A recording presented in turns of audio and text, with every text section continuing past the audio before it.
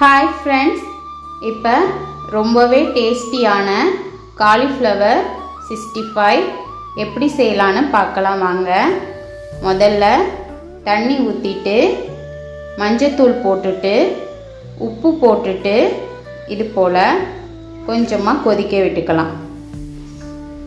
தண்ணி கொதித்ததுக்கப்புறம் கட் பண்ணி வச்சுருக்க காலிஃப்ளவரை இதில் சேர்த்துக்கலாம்.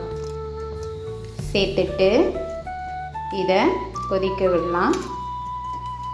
இது ஒரு கடாயில் கார்ன்ஃப்ளவர் மாவு, அரிசி மாவு, மஞ்சத்தூள், மிளகாய்த்தூள், அப்புறம் கொஞ்சமாக தயிர் சேர்த்துட்டு வேக வச்சு எடுத்த காலிஃப்ளவரை இதில் சேர்த்துக்கலாம்.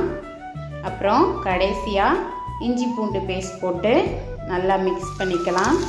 மிக்ஸ் பண்ணிவிட்டு காலிஃப்ளவரை இது போல் வறுத்து எடுத்துக்கலாம்.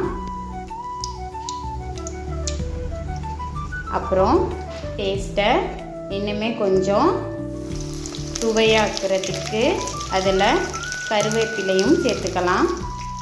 அவ்வளோதான் ஃப்ரெண்ட்ஸ், ரொம்பவே டேஸ்டியான சுவையான காலிஃப்ளவர் 65 ரெடி ஆயிருச்சு.